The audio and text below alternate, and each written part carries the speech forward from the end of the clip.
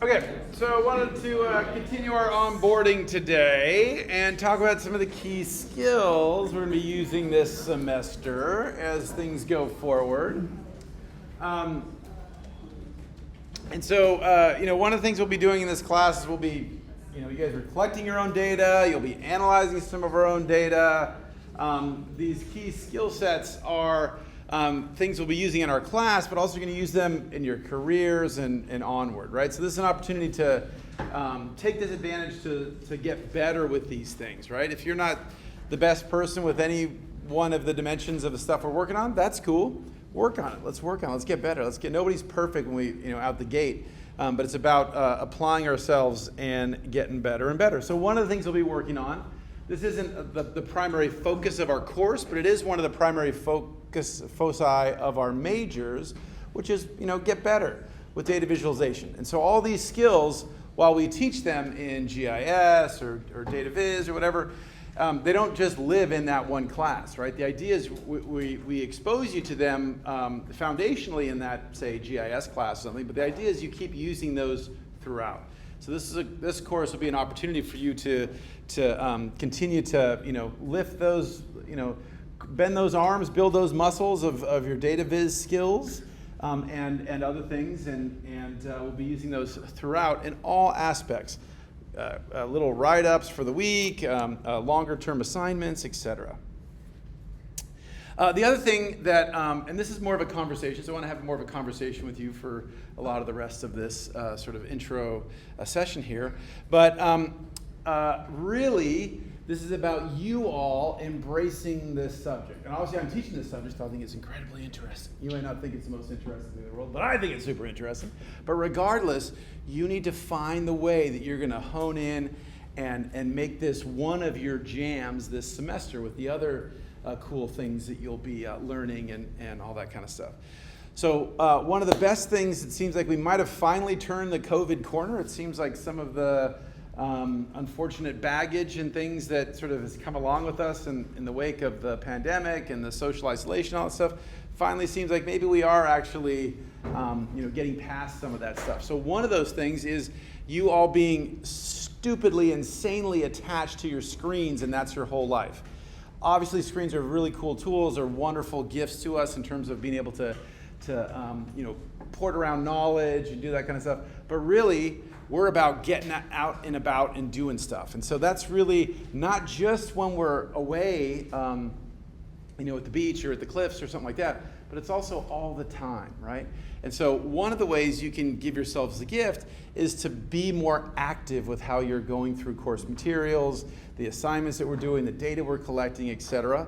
And usually, now we all have our preferred methods and best ways we all learn, optimally. The more active you can do that, the better you're going to, on average, all the data shows, the better you're going to do. The more you're going to retain, the deeper the comprehension it's going to go on, etc. So my suggestion is when you're reading, for example, sure, I get it that you guys might be reading these PDFs on your computer, but use some of the tools that make it more physically together, right? More touching and more tangible. And so that's going to be things like a stylus, a markup tool, something like that, that's active, not passive. So not highlight, star, but rather, engage with the material. So that could be writing a note. Good example. Dr. Ray said this in the lecture, similar to the reading from last week. All that kind of stuff will actually make a huge difference. It doesn't seem like it at first, but over time makes a huge difference. Also, whenever we finish a class, a week, a module, whatever the hell it is, I strongly encourage you guys to take a pause. It doesn't have to be hours and hours. Take 5-10 minutes and just summarize the key things. So what was that? What was that group of readings about? What were his lectures this week about? And just take a few minutes and just even if a few sentences. It doesn't have to be full, complete sentences. It could be little sentence fragments, but summarize it. Do more of that active processing. So it's not about me barfing stuff out and you scribbling things down. It's about you querying that, right? Am I right? Is Dr. Ray right? Did he say that the right way? Did he misspeak that thing? Did he mean the level should go up instead of down, right? And by you having that more active style, that'll really, really help. Also, synthesizing. So not only are you just going to sort of, my strong encouragement is to sort of summarize whatever we went over, also see if you can synthesize, see if you can build on some concepts, some themes that we talked about, say, earlier in their semester, or maybe in a field trip, or maybe a guest speaker, and see if you can start to pull out some insights of your own.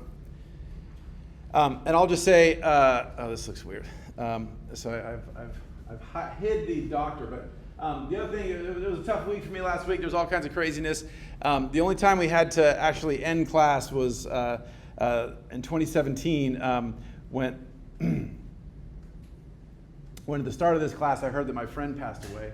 And so many of you are younger right now. You guys won't know this crazy cat, but he was an awesome dude. We have the Cause Memorial Scholarship, the Cause Hannah Memorial Scholarship in his honor. So if any of you are doing capstone projects, independent research, anything that has to do with the islands and or the Santa Monica Mountains, this is a scholarship that's available for you guys.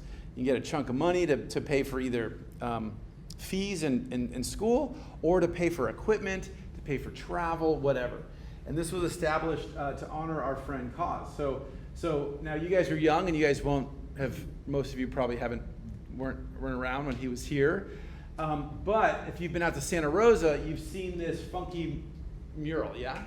Yeah, right? In the station by the, sort of on the way, to, like where the sleeping area is, on the way to the sort of dining area. So that's Cause. So that mural is in his honor. And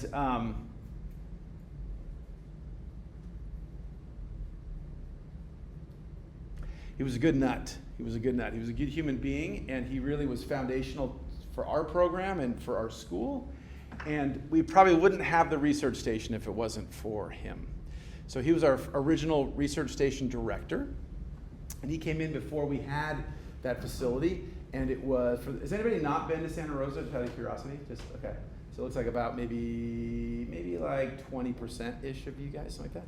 So I really hope you guys take the opportunities this semester to get out there, either for like a day trip or ideally, a weekend trip. Professor Spies will take an optional field methods trip out there. So if you guys are taking field methods in the spring, that's definitely an opportunity. There's a few other opportunities to do that. But basically, the reason we have the station and the way the station is is due in large part to Cause. So he was always trying to do new things. We were actually going to take you guys, this class, Coastal Management, we're going to go to Hawaii. And Cam's like, you can't take a class to Hawaii. We're like, yeah, but what if we just did it anyway? And like, wait, what? And there was no rules that we couldn't. And we're like, wait, what? So we planned this whole trip. He did his PhD. He's from Ventura County, but he did his PhD on invasive species on the Big Island of Hawaii. And so he knew everybody there, and I knew some people, but he knew more of the biology type folks that were there. And we planned a trip, and then unfortunately he contracted this rare form of brain cancer and couldn't go. So we ended up taking your version several years ago, about a decade ago, and it was a great trip, and we thought we'd turn it into a long-term collaboration. Unfortunately, he passed away.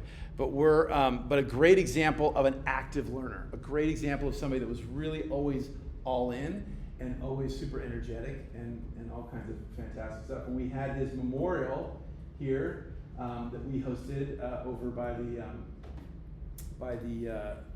what we now call the Graduate Student Center over towards Murdoch Hall. We thought we'd get maybe 100 people. I think we lost track after about 500 or 600 people showed up. And the Ventura County Star ran an article on him. It was the most viewed article, I think, in the history, or one of the most viewed articles in the history of the Ventura County Star. And it was so popular, they did a follow-up article the following week. So he was a really wonderful person that was very generous of spirit and a really active learner. And so a lot of the activities that we do out there are those of you that have had the chance to go out to Santa Rosa. It's sort of following in the wake of Dr. Hannah there. Okay. So next, I want to talk about all the stuff we're doing in coastal management. You're going to be making arguments. Now, some things, especially in the first few weeks, are I might talk about how deep the ocean is on average, or the average temperature of the ocean, or something like that, right? And that's obviously an objective number, a thing that we could know, right? But the vast majority of the stuff that we deal with in water management issues, land management issues, coastal management issues. It's more of a, it's not perfectly clear, right? That's one of the reasons you all are engaging with your surveys and things like that to get a sense of what the public does support, what they don't support, that kind of stuff. But really what we're about is persuading someone, right? So you all are gonna, by the end of the semester, you'll have done various deep dives into various topics, seafood and other things. And you're gonna, have some knowledge, and you're gonna want to make an argument that we should do, I don't know, a certain type of fishing, or we should do a certain type of development on the coast, or we should encourage a certain type of shipping, let's say, or whatever. So ultimately, what you're gonna be doing is you're gonna be trying to convince someone, trying to persuade someone of a particular a point of view, right? And so there's all kinds of historic research that's gone into this, but basically, ultimately, it's about where's this information coming from? You, or it might be the literature that we're reading. Where's the information come from? Who's generating the knowledge, or who's generating the facts? And then what's the thing being stated? What's the main argument? And then how we communicate that, right? Are we doing this in a bar? Are we doing this in a public forum? Are we doing this at the beach? Right? Those will all have. They don't necessarily have to, but they oftentimes imply slightly different ways we might make the argument, right? If you're talking to the drunk guys at the bar versus the county supervisors at a formal hearing, right? We might take a slightly different tact. We basically go through this loop where we start off and we kind of make some arguments, and you and I, or whoever the source of information is being perceived in a certain way, then we're going to make an argument. It's going to depend on the receiver, like their background, their knowledge, and so we kind of go back and forth in this approach. And so I want you all to be, this is nothing new to you, but I want to be very explicit about that we're trying to solve problems. That's what we do in ESRM, right? We don't stomp our foot and say, oh my God, the world's over. Well, it's like, hey, here's a problem. Okay, cool, let's get to a better spot. And so that's going to require us engaging sometimes with folks that agree with us, sometimes folks that disagree with us, but we're trying to get to the same point. And the main thing that we'll be focusing on, while all this matters, the message is really the key thing. What is the argument? We should not allow new homes on the Ventura County coastline because sea level rise is going to make them vulnerable to destruction or something like that, right? That's the key thing. And we have obviously some cool new tools to do this, but even these new tools use the old tools that we've identified for a long, long time. Does this sound familiar? This is classic logic. Does this sound familiar to some people? Yes. Some people are vaguely nodding. Other people are like, oh my God, nobody doesn't look at me. They don't look at me. Don't look at me, doctor. So this is the classic, right? So this is the classic approaches to how oftentimes we make arguments. So ethos is an appeal to emotion. Oh my God, here's a picture of the poor little kid and the poor widow puppy. We better give some money, right, to the fund, right? So that's an appeal to our emotions. A pathos is something like, hey, it's the head of the California Coast Commission. They said that, so clearly this is their whole jam. They're an expert in this. They know, kind of thing. And then logos, which is just a logic, right? So supposition A, and here's assumption B, and then that leads us to a sort of decision tree, and then therefore we should do, action C or something. So while all these can be used, and at different times you might want to use an emotional appeal in coastal management, or you might want to, there's different settings, and I acknowledge that these are all useful and all have their place, but the one we'll mostly focus on in our class are the logical arguments. So show me your evidence. Show me tell me why we need to act. Show me the evidence that we need to act, and then you're going to propose some potential solutions. Okay, so here's why I think we should take this course of action, and here's why I think this might be, while not perfect, maybe the best of our possible options right now. Right. So using that strong logic tree. So ultimately, when you guys write stuff for me, and this is obviously for coastal, but it's going to be for all of your classes really going forward and your jobs and everything. I want you to all to very much so focus on strong argumentation. strong. I want you to all make kick-butt arguments. Very, very effective. Very, very persuasive. Very well evidenced. All that kind of stuff. And so, no matter what the topic is that we're talking about, I'm going to start off with some thesis statement. Sea level rise is a problem for the Ventura County coastline or something. Okay, boom. There's my thesis statement. And then I want to build my argument. And so that argument is going to have different subcomponents. So here's my thesis or my core statement kind of thing. And then I'm going to make my argument. And so the thesis statement might be something to the effect of sea level rise is a problem for Ventura County coastlines. Then my argument is, sea level around here has already risen about 20 centimeters in the last several decades. And it's likely to go up further. Okay, now I get to specific support. That specific support is where we bring in our numbers. And as much as possible, you're always going to want to quantify stuff. Can't always do that, not always possible in all of our situations, but many, many, many of our situations you can. So the quantification will be something to the effect of the most recent modeling from UC San Diego and the atmospheric supercomputers in UC San Diego suggests that at a conservative rate, we're going to have at least another 25 centimeters of we'll say at least another, between now and the end of the century, at least another 2.5 feet of sea level rise on most of the California coast, and it might be as high as 7.5 feet. And then I would cite that study, cite that report, cite that evidence, etc. So I start off with a general statement, get specific, and then I'm bang, here's my fact, boom, here's my fact, here's my number, here's my date, here's my quantity, here's my right? That's going to be strong argumentation. And then you have some conclusion. Therefore, I believe that we should, take action X or whatever. Our default thing is to use our ESRM guide, our ESRM writing guide, style guide. And so by default, we're going to use in-text citations unless we say something different. And so what that's going to mean is for the study, if there's a study from Javier and Jones, I'm going to put that in parentheses after wherever I say the number or that sentence, right? And so that's going to be the authors. If it's a single author, it's going to be that person's name and then the year of that study or the year of that report or whatever. If it's two of us, it'll be author 1 and author 2 in the year. And if there's more than 2, it'll be the first author's name et al. So Anderson et al. In the year.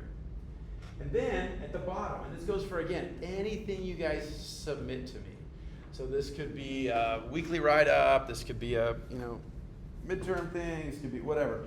Then you're going to generate a reference section or a literature cited section at the end, and you're going to have the full references to wherever, in this case, Javier and Jones, right? So I or anybody can jump to the bottom and say, oh, I didn't know that about heavily fished coastal areas. Let me go read that. Let me go check that out. I can go find the evidence. So not only are we making a strong argument, but we're also being transparent. So I'm not hiding any of my evidence. I'm putting all my evidence out for you and the general public to see, right? And I expect them to do the same. That's how we build good dialogue. That's how we have effective policy. If one of us is saying, look, I think we should take path A, and here's all my reason for that, and here's my evidence for that. And the other person's like, I think we should do path D, and they don't offer me any evidence, I'm not going to listen to that person, right? They're not persuasive. They're not seriously coming to this debate wanting to have a dialogue and grow, right? Okay. Yes, and then there's always feedback. We'll have a lot, and because of these things, because these many of our arguments aren't perfectly, they're not predictable necessarily, right? We might have different opinions, and you could make a very strong argument and get full credit on the assignment, or really have a great discussion. One person might argue for one thing, somebody might argue for something else, and again, as long as it's well referenced, well supported, that's cool, right? There isn't necessarily one perfect solution to our management challenges. But that's going to mean also when we're engaged in this, we are going to be respectful of each other, right? So if someone is taking a different opinion of us or a different take on the lay of the land, it's all good, right? Love to hear that. Let's have good, healthy debate, and I totally want someone to challenge me, but we're doing it with respect and courtesy and all that kind of stuff. And first and foremost, we're present. I'm actually listening to the argument that my fellow student is giving, and my full attention is with him or her, not on my phone or not on my whatever, and then we can sort of engage back and forth. The other key thing, another key thing is creativity is super valuable, right? Again, I'm trying to emphasize this. This is not, I don't have a secret answer to all these things, and I just want you guys to guess my answer. Sometimes, if it's like the depth of the ocean, I kind of like know the answer. But in most cases, it's, hey, I want you guys to create something new, right? And as you guys graduate and move on into your careers, that's awesome. That's the fun part. You guys get to contribute. Hey, what if we tried this weird idea that might seem off the wall, but man, I've read about it. I've looked into it, and maybe this could work, right? So creativity is awesome. Confidence is awesome. I want everybody to feel confident in their suggestions, their ideas. Very few of us stand up and are perfect. I've told some of you guys a story, but I had this one professor who was crazy. Many of my professors were crazy. I know you guys probably think I'm crazy, but I'm nowhere close to how crazy these guys were. This guy would sit when it was like, for example, you guys, let's say, writing your midterm, like the equivalent thing of writing a midterm, writing a paper. He would sit there and just sit in front of his desk like this with his fingers steepled up against his chin, and he would stare at the screen for like an hour, 2 hours, 3 hours, 1 day, 2 days, 3 days, just staring. Every once in a while, a little note on the paper. And then he'd kind of go like, right, and he'd barf out the paper, and it would be basically done, basically perfect. He was a freak. He liked punk, and he liked ballet. He was a weirdo. And so that guy is the absolute non-normal person. Everybody else, and by everybody else I mean like 99.99% of the rest of us, that's not how we work. We take a stab at something. We take a draft, and it's not going to be super great, probably, right? And then we got to revise it, and then we tighten it up, and then this part was good, but this part kind of sucks, right? So revision is also fundamental to making a strong argument, right? So I'm not expecting everybody out the gate to just barf something out. However, if the thing is due on Friday, and you wait till Friday at 5 or something, you wait till Friday at 4:30 to like finish it. You're not giving yourself an opportunity to revise, right? You're not giving yourself an opportunity to sort of step back, breathe, and go, okay, let me tighten this baby up. Let me see where I could wrench down this fact or whatever. So give yourself the gift of whenever something's due, tell yourself it's due way earlier than that, right? And then you'll have the opportunity to take a breath, go take a shower, go play basketball, go on a hike, whatever, and then come back to this fresh, and you can tighten it up.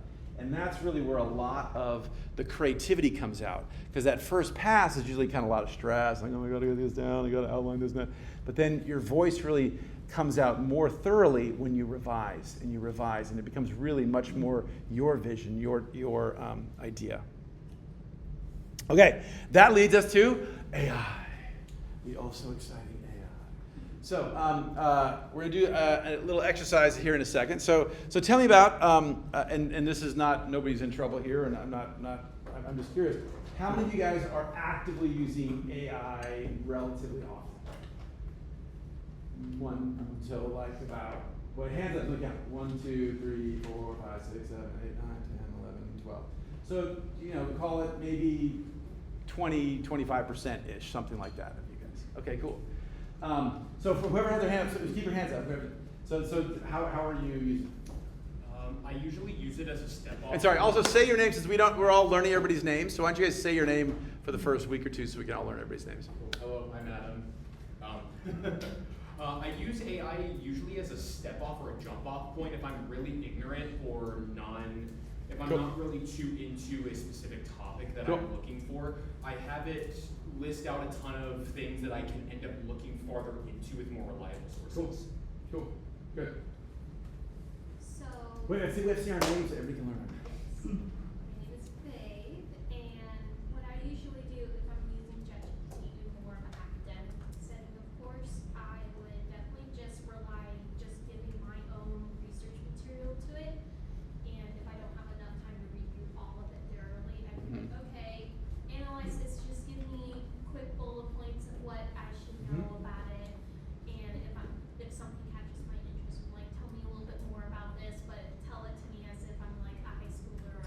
So yeah, so like a feedback tool. Yeah, totally good. Okay, so far I have like sort of idea generator or sort of starter down things. I have sort of feedback, editor helper kind of thing. But what are some other ways people are using? Well, What's their name for so everybody can hear My us? name is Jacqueline. Like whenever I search something up, there's always an AI overview, and I thought that's kind of what you meant. Well, by on Google now. Yeah. Yeah, totally. Yeah,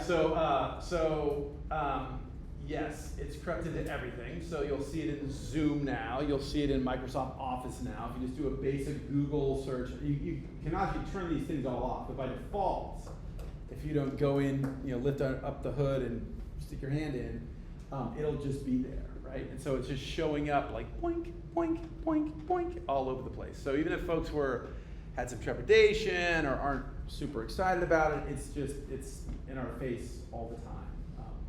Much more so this year even than last year. Good. What are some other ways people are using? I'm Kelly. More recently, I used it for help, like formatting my federal resume. Cool. Just because I use certain formats, so that helped a lot. Totally. Yeah, so hey, I have this thing, here's my ideas, but can you help me clean it up, or can you maybe tighten it in a more professional way, or a way that's more consistent with whatever the job I'm applying to, would be like? Totally. Good, cool. I'm Autumn. Is it specifically about ChatGPT? It can be anything. I like to use Census.app to find research papers. Uh-huh. It gives you like really good resources for Cool. specific topics. I also, most recently when I used ChatGPT, I did for career planning. Okay, so good. Okay, good. So for the career planning, you were like, do you have an idea, or did you give it like some specific things? Say, hey, do you have a suggestion I between these? described my specific academic and Cool. career goals and like my GPA, what I'm studying, the experience I have, my interests, and like wanted to get ideas or like pathways, business routes to go. Cool. Yeah, totally good. Totally good. So one, we talked about the AI sort of plugin, or I don't know if that's the right term, but the AI output when you do the generic Google searching. And so it's becoming more, people are more and more using it like a search tool. Hey, what are some possible jobs? Hey, what are some possible restaurants? What are some ways I could do this? Kind of thing that we might, at least, like a year or two ago, we would have probably all used Google, or at least as a default first pass, try Google, kind of thing. Other ways people are using these tools right now. To a meal plan. Just a second. To a meal plan. Okay, good, cool, awesome. So just general meal planning, or actually making recipes up and stuff too? Recipes and my Cool. career here looking into losing weight. That's helped my uncle and helped them. Awesome. Yeah. So there's a lot of I've heard of not a lot of, but there was an interesting article in the New York Times about 6 months ago about chefs that are constantly like making a new asparagus with whipped cream and butter or something, whatever. Like, God, man, I have to make a new recipe or new concoction every night, and like I'm getting like after 7 years, I'm losing it, right? So to get some, again, not necessarily maybe make the food, but like to give you some starter idea. Oh, I didn't think of. I also know some people that will go to the refrigerator and go, I got chicken, I got beans, and I got pineapple. Like, ready, set, go. Like, what can I do? And, like that kind of thing. And maybe it's a horrible idea, but at least it's like, oh, that's a thought. I didn't think of whatever, pineapple pot roast or something. Okay, cool. So great. So I use this stuff all the time, and I'm constantly trying to figure out new ways to help you guys do so. But it's also helpful to me. I find that a lot, just all the stuff you guys talked about, I do that stuff too, right? So I want to talk a bit about these tools, and I want to make sure you guys understand them. But I want to open up by saying, in a little bit we'll talk about our AI policy in this class, and I have a draft. And so I'm going to put it up, and then we're going to workshop it. So if you guys think it's not fair or something else, we could work on it together, right? Work on it together. But let me first say that the policy that so everybody look at me here, everybody stare at me. The policy, it's getting very air blowing in here. The policy that we're creating is Dr. A's policy for coastal. Everybody look at me in the eyeball. It's Dr. A's policy for coastal. So I'm not implying that whatever we do in this class is okay for your other classes. I'm not telling you you have to do this for your other classes. We do not currently have a CSU-wide policy, although I'm on a task force to develop this, but we don't have a policy. We do not have a CSU-CI campus policy. We do not have an ESRM program department policy. So everybody right now it's up for your individual professors to make their calls, right? So, so I have some strong opinions here, but nevertheless, I'm totally willing to be convinced on whatever. But I just want to be really clear, this is our policy for here. So do not, as in the last 2 years I really made, do not take our policy to somebody else's class. As if Dr. Bishop was like, no, this is our policy for our setting in this class. And some people are like, no AI at all. Other people like AI every single assignment, right? So just want to be real clear, this is our policy for our class and our boundaries. And hopefully it informs you in some of your debates in the other classes, but I am in no way, shape, or form taking a hit if you guys get in trouble in other classes. Like, we're Dr. Ray so we can do this. I'm like, no, okay. All right. So the first thing is let's talk a little bit about ChatGPT. So what I need everybody to do, why don't we take 5 minutes now, is pull out your computer and, or it could be your iPad or whatever your interface of choice is, and go to ChatGPT. Now we have, the CSU is paid for you all to have a pro version of ChatGPT. So everybody here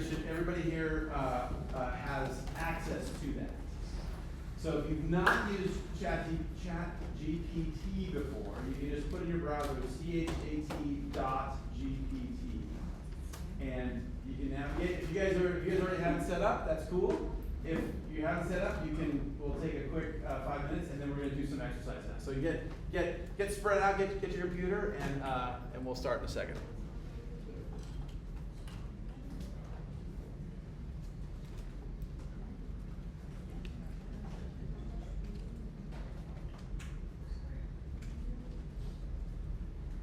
So if you're wanting to activate the pro version and you've not done it before, the very first time, it says log in or sign up, whatever the dialogue is, and if you use your CSUCI email address, it'll go through an authentication step, and then at the end of that you'll have access to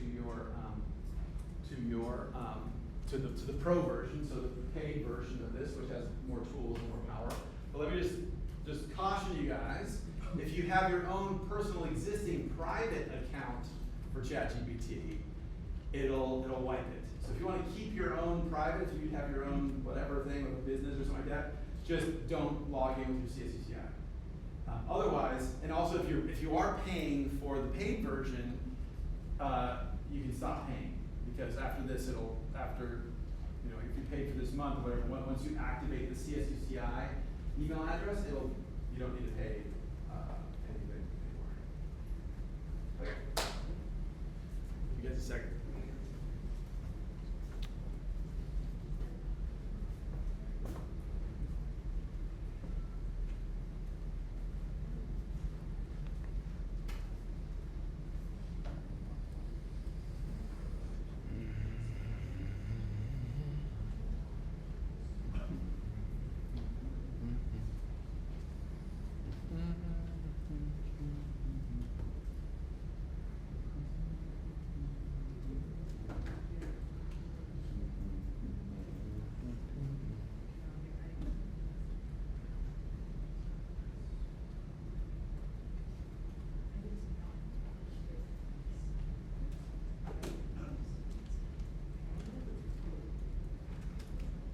Making sense? No? Does that not make sense? It doesn't read your. Okay, you can just go use the generic version. Does this work for the generic version too? Doesn't read your CSUCI email? No, it takes me to the CI. Oh, yeah. So the very first time you might have to log in through the My CI. I would just say, like, FYI to anyone, I kind of just logged in through my Google account and re-logged in, and then when you log in, it says CSU Channel ILTU on like your profile. So depending on how you have your browser configured, you might have your CCI identity, kind of in there. In which case, it probably will just sort of jump it over or connect it.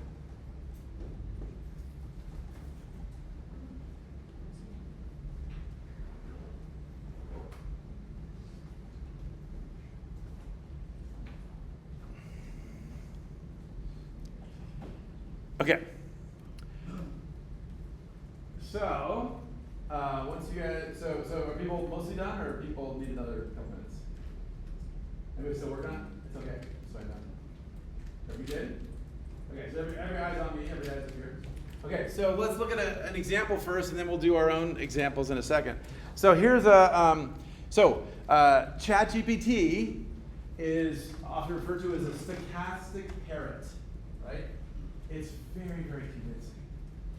It's incredibly enticing, and it seems like it's smart. It ain't smart at all. It's not even intelligent. It's less than intelligent, right? But it tricks us into thinking it is. So what we're essentially doing when we're typing something into ChatGPT is I typed, in this case, W, and then R, and then I, and then T, and then E. It doesn't know the word right. It doesn't know what right means. That doesn't trigger some kind of thought pattern or whatever. And then I put a space, and I put the letter A, then I put space, and then a P, and then A, and R. And so what essentially it's doing is saying every time someone said write or write a paragraph, it's looking through a huge corpus of information, through books and video transcripts and just all this huge, essentially the whole of the internet has been scraped by these companies. And it says, oh, when people say write a paragraph, this is the kind of thing they start to do. So then as we start to go farther, write a paragraph with references. Ooh, okay, now I'm going to write a paragraph, but it's going to have some things inside of it. Write a paragraph with references describing ocean. Okay, something about the ocean. And so as we go through whatever our prompt is, whatever our ask is, our query at the top, it's going to start going, oh, most oftentimes when someone says this, the most common answer is this, and it just kind of, right? And so it's obviously, there's more math than that, but that's essentially what it's doing. And so it can be, as you guys have all seen, very, very powerful. So don't type this one yet. We'll do another one in a second. But let's just look at this one. So I typed this in. This is a little bit. I said, write a paragraph with references describing ocean warming in California nearshore waters. And this is what came out. All right. So see if you guys can everybody read this? Is this big enough from the back? Can you guys read this? Or do I need to read this? Okay. So take a break. Take a second and just read through this.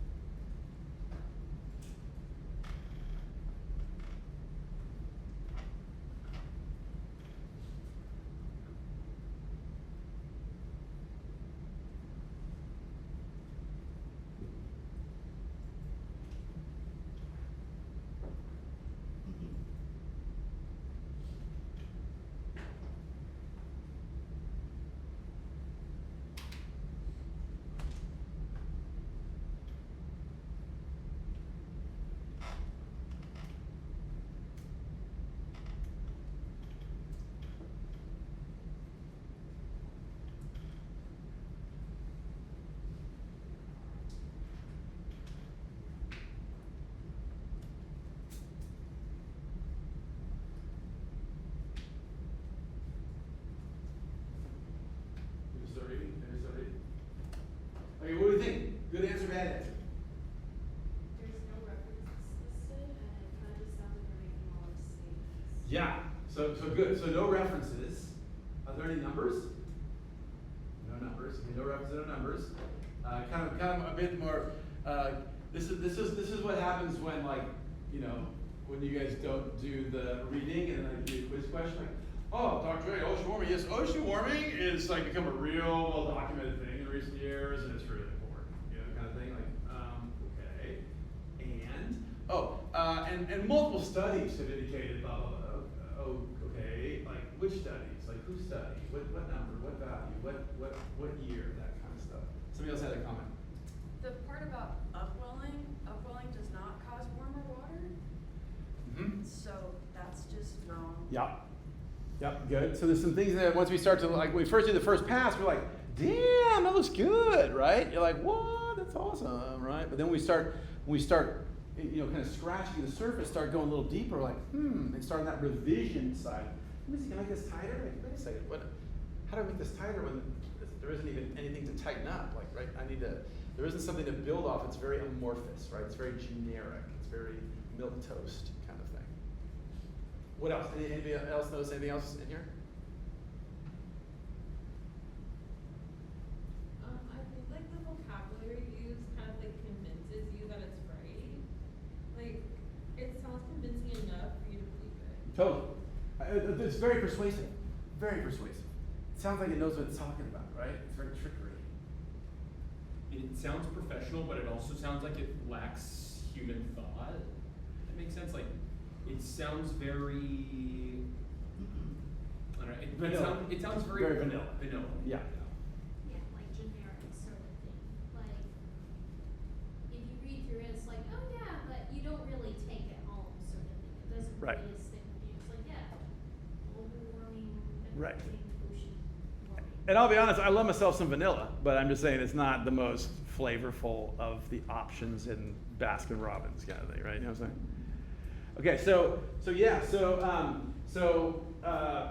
there's various things we could start to. I mean, there's like you guys identified some. We could, but a few. It's just so we can start to hone in on some of these different elements of stuff, right? We're like, okay, is there a way we can you prove that to me? Reduced upwelling evidence, really? Has there really been reduced upwelling evidence, right? Or events, excuse me. So again, that strong argument. Thesis, a clear, strong statement. California ocean warming is killing salmon, or something like that, right? Like a powerful statement. Okay, boom. And the argument is, salmon population used to be X, now they're Y. Here's my specific evidence, the amount they were in year 1, and year 2, and year 3. And here's a correlation with the years that it was warmer. We saw fewer babies being born, stuff like that. None of that stuff is here. There's certainly no references.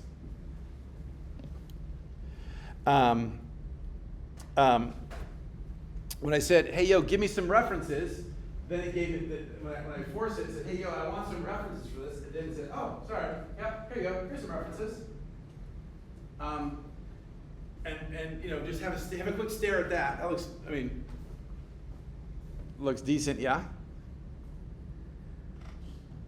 Yay or nay?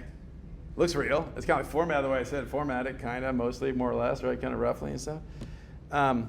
But when we start to look at some of this stuff, it's here's this one that's this supposed paper by these folks in 2014 that say climate change and wind intensification and coastal upwelling systems. Again, this is about California. When we start to read this, it is not an evidence of what this paper was about. It's like, no, that's not really what I'm talking about. And this one down here is on the 20th century octopus warming linked to Atlantic multi-decadal variability. What? I think it was looking for this. I think this is probably what it was pulling out, not octopus, but Arctic, right? So what's going on here is, again, it's not trying to fool you per se, but it's just stupid. There is no knowledge here. It tricks us into thinking there's an intelligence back there when there absolutely is none. So these are what you've heard of as hallucinations. So make up a reference, make up a number, make up the upwelling's coming up instead of going down, or whatever it is. And every year these models are getting better. So the obvious hallucinations are starting to become less obvious, but they all still hallucinate. They all still make up stuff. And so again, this doesn't mean that these tools are totally unused, shouldn't be in our toolbox, but we've got to be real cautious with them. And if we just sort of knew nothing and looked at this, it's like, wow, again, the first pass, this seems kind of decent, right? Where these tools are going to be most powerful is when you and I know nothing. How do you make wine in the Basque region? Like, I don't know, right? How to make wine in the Basque region? Well, you take grapes and you right? It's probably not going to be right, but it's going to start me down a path. And that initial going from knowing nothing to knowing a little bit about how people make wine in this part of Europe or whatever, great for that. Great for the first, going off the ski ramp, right? But then you start to go downhill, damn, don't trust ChatGPT to tell you how to ski through that black diamond, right? Because it's not gonna lead you to the right path. Okay, so let's try our own next. So you guys, open up your ChatGPT, and in the dialog box, in the window, write this exactly. Say, write a paragraph with references describing sea-star wasting disease in the impacts, it should be, and the impacts it may already have had for ecotourism in or near California's nearshore water.